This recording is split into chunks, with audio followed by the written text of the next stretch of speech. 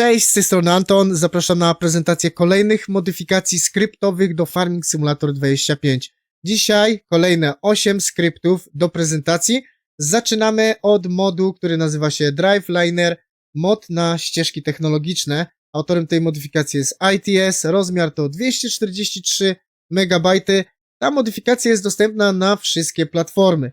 Jak dobrze wiecie, Driveliner może tworzyć ścieżki technologiczne za siewnikiem. Można go łączyć ze wszystkimi siewnikami przygotowanymi do tego celu.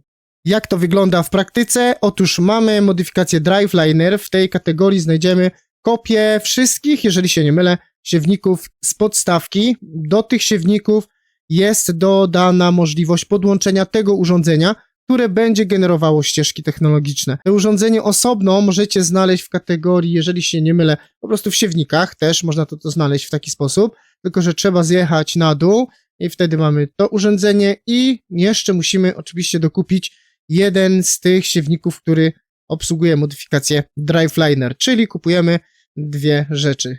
To ile kosztuje? 1000. A pozostałe siewniki mają taką samą cenę jak standardowe. Wówczas, kiedy zakupiliśmy taki zestaw, mamy tutaj siewnik 1 i właśnie to urządzenie, które będzie generowało ścieżki technologiczne, należy teraz to podczepić. Wówczas siewnik należy rozłożyć i najlepiej obniżyć i w tym momencie, widzicie, podłączam sobie po prostu to urządzenie, które będzie generowało ścieżki. Jest to tak naprawdę kultywator.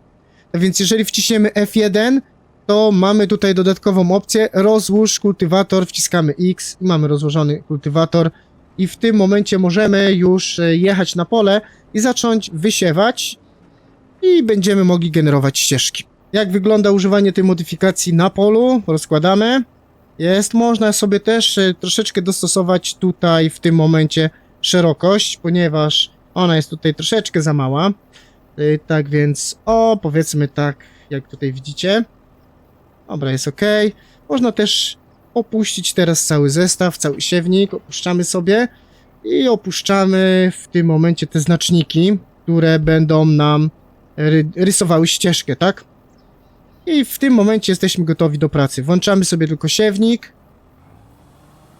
i jeszcze włączymy sobie tutaj urządzenie, które będzie nam generowało ścieżki, żeby jechać w miarę prosto. Znaczy ścieżki, te, którymi się będziemy tutaj przemieszczali. No jak zobaczycie, w momencie, kiedy tutaj zaczynam wysiewać, bezpośrednio za siewnikiem po prostu mamy jeszcze raz skultywatorowane, w związku z tym mamy wygenerowane ścieżki tak jak my chcemy. Tak więc jeżeli zaczniemy tutaj sobie skręcać, to te ścieżki oczywiście też będą generowane w taki sposób, w jaki my tutaj sobie wygenerowaliśmy. Jest to oczywiście alternatywa do tego, co mamy w rolnictwie precyzyjnym. Tam te ścieżki są generowane. Tutaj troszeczkę inaczej to wygląda.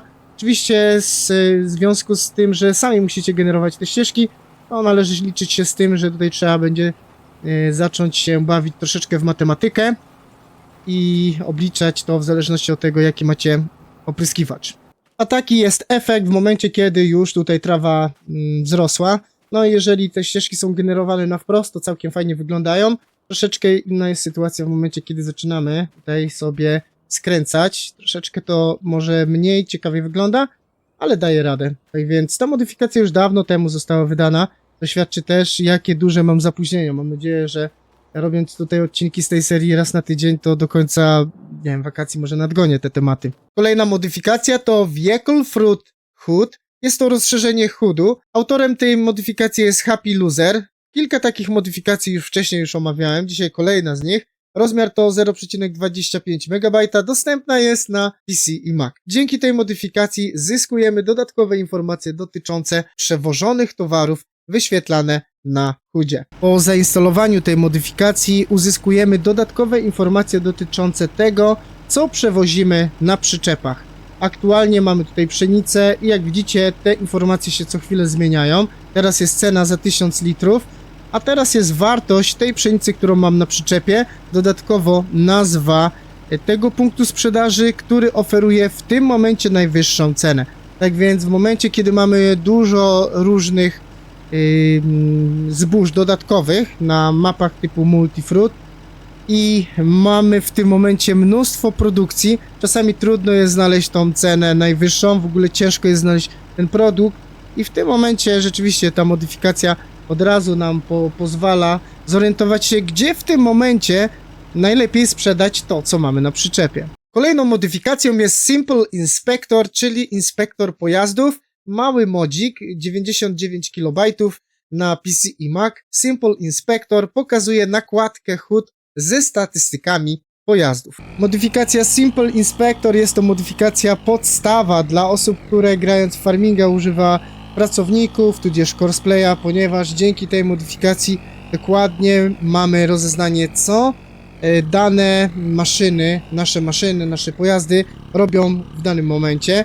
Jak widzicie w dolnym rogu jest tutaj dokładnie opisane, gdzie, jaka maszyna, na jakim polu się znajduje, co ona robi, jaki ma stan i tak dalej. Między innymi ten Nexat stoi sobie po prostu. Dodatkowo do tego możemy oczywiście jeszcze w opcjach, ustawieniach ogólnych, jest tutaj mnóstwo rzeczy, które możemy sobie pozmieniać, powłączać, powyłączać. Tak jak widzicie, ta modyfikacja również współpracuje z Coursplayem, z Autodrive'em. Może wskazywać rzeczy, które są dla Was istotne, a rzeczy, które są dla Was nieistotne, możecie to powyłączać. Dzięki temu możecie to dostosować do Waszych upodobań. Kolejny mod to Nexat Direct Sowing, czyli Nexat siew bezpośredni. Autorem tej modyfikacji jest Jeremy, rozmiar to 81 KB, dostępny na PC i Mac. Mod ten dodaje możliwość siewu bezpośredniego do siewników z dodatku Nexat. W praktyce wygląda to tak, że każdy siewnik z dodatku Nexat ma teraz możliwość siewu bezpośredniego, tak więc nie musimy uprawiać przed siewem, nie musimy tutaj stosować kultywatora.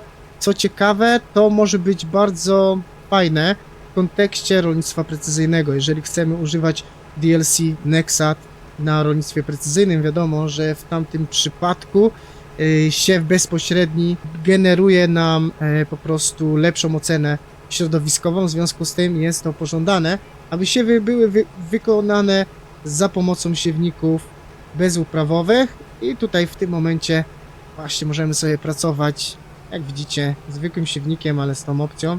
Nagle tutaj nie ma problemów, możemy sobie siać. Problemem jest tylko to, żeby się tutaj z powrotem wbić w tą ścieżkę, bo jest to problem. Ale wreszcie mi się udało, ale za to nie odpowiada ta modyfikacja. Kolejna modyfikacja, Sharper Long Distance View, czyli ostrzejszy widok z dużej odległości. Autorem tej modyfikacji jest Peter Aha. Modyfikacja o wielkości 88 KB, dostępna na PC i Mac. Ten mod dezaktywuje rozmycie w oddali, gdy gracz wsiada do pojazdu, co oznacza, że odległe obiekty są wyświetlane ostrzej. Dotyczy to zarówno widoku wewnętrznego, jak i zewnętrznego z pojazdów. Kolejny mod, Enter Closest Vehicle, czyli wejdź do najbliższego pojazdu. Autorem tej modyfikacji jest Fetty42, rozmiar 83 KB, dostępna na PC i Mac. Za pomocą tej modyfikacji możemy przełączyć się z bieżącej pozycji lub z bieżącego pojazdu do najbliższego pojazdu. Modyfikacja ta może być interesująca dla osób, które po prostu na swoich rozgrywkach mają tutaj mnóstwo maszyn, mnóstwo ciągników i tabowanie czasami jest trudne, ponieważ przetabować się przez kilka maszyn, aż znajdziemy tą, do której chcielibyśmy wejść, tak jak w tym przypadku do tego case'a. Wystarczy troszeczkę bliżej podjechać, niż są to inne maszyny i wówczas wcisnąć lewy Alt-E i od razu przeskakujemy bezpośrednio do tego case'a. Więc to jest też fajna sytuacja, kiedy na przykład kosimy sobie kombajnem, podjeżdżamy ciągnikiem, możemy zamienić wtedy się pozycjami z kombajnem, przesiąść się od razu, więc to jest fajna sytuacja. Powrotem wracamy do tego ciągnika. Dobra, i możemy sobie odjechać. Zastanawiam się, czy jak podjadę tutaj bliżej, o właśnie, do tego sprzętu, czy od razu do myjki przeskoczymy? Nie przeskoczyliśmy do myjki. Czyli fajnie by było, gdyby to było jeszcze troszeczkę poprawione, aby można było od razu do myjki przeskoczyć, bo chyba tych przedmiotów tutaj nie uwzględnia. Ale dobrze, zobaczymy, na jaką odległość tutaj to działa. Jak widzicie, tam stoi sobie Nexat. Troszeczkę, nie wiem, czy już jest bliżej. No, wydaje mi się, że jest bliżej. Teraz wciskamy Alt-E i od razu przeskoczyliśmy do Nexata. Czyli w sumie bardzo ciekawa modyfikacja, trzeba przyznać. Kolejny modzik, Go to Vacation, czyli jedź albo idź na wakacje. Autorem tej modyfikacji jest Olaf TNT, waży 0,66 MB, dostępny na PC i Mac.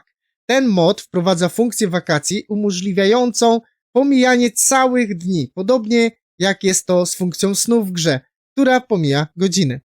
A więc jak wyglądają wakacje na farmingu? Podchodzimy sobie do trygiera snu i tutaj wciskamy F1, mamy dodatkową opcję pod klawiszem V, mamy po prostu wakacje. Wciskamy sobie V i są wakacje. W tym momencie jest tutaj chyba miesiąc czerwiec, nie, jest miesiąc maj, tak więc możemy przesunąć o całe miesiące. Maksymalnie z tego co kojarzę do 6 miesięcy do przodu. I oczywiście w tym momencie rozpoczęliśmy tutaj wakacje, które w każdym momencie można przerwać. Jeżeli się rozmyślimy, możemy po prostu zatrzymać to, wciskając delete. I zatrzymaliśmy się. W sumie to nie jest nawet miesiąc, no bo wcześniej się rozmyśliliśmy.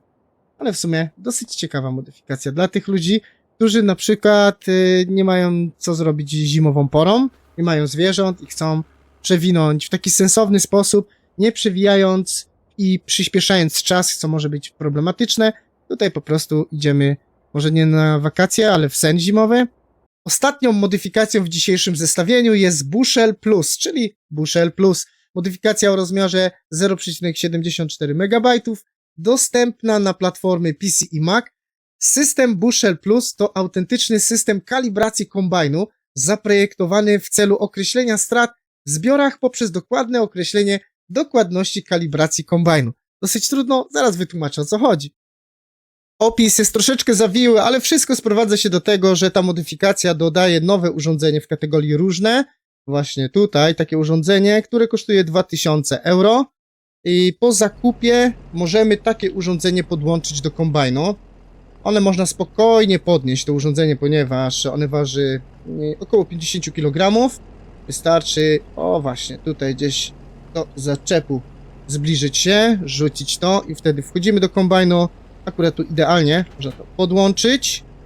No i prosta zasada. Dzięki temu urządzeniu można, powiedzmy, skalibrować lepiej kombajn. Dzięki temu on nie będzie gubił zboża i zbierzemy 10%. Bardzo prosta zasada.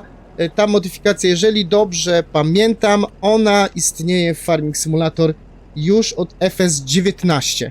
Ja używałem tą modyfikację, może nie używałem, ale testowałem do FS22. I o właśnie, za pomocą myszki możemy sobie zmieniać jeszcze ustawienia, w zależności gdzie chcemy sobie to urządzenie ustawić. To nie ma tak naprawdę żadnej różnicy. Możemy opuścić je za pomocą X-a. O, jeszcze coś takiego pokażę wam tutaj. No i generalnie sprowadza to do tego się, że tutaj będziemy mieli wyższe plony. Nie będę tutaj teraz tego testował, bo tak jak powiedziałem, Farming Simulator 22 testowałem sobie to urządzenie i powiem wam, że tak naprawdę nie tylko kombajny działały, bo rzeczywiście około 10% zyskujemy tutaj na plonach, zbierzemy po prostu więcej zboża. Próbowałem również to z sieczkarnią i tam też były wzrosty, tylko że to było ciężej już sobie jak gdyby powtórzyć te doświadczenia, ale mi się wydaje, że tak około 6-7% było więcej. Pamiętam, że to sobie tak przetestowałem. Nie wiem jak to jest tutaj w rzeczywistości Farming Simulator 25, czy można to podłączyć do sieczkarni również. Najprawdopodobniej też po prostu działa na wszystkie kombajny. Nie zdziwi mi się, gdyby była możliwość w ogóle podłączyć to do kombajnu do ziemniaków na przykład. To tyle, jeżeli chodzi o dzisiejszą prezentację. Mam nadzieję, że wam się spodobała. Jeżeli tak, to oczywiście proszę łapkę w górę i zapraszam na kolejne. Pozdrawiam, Anton.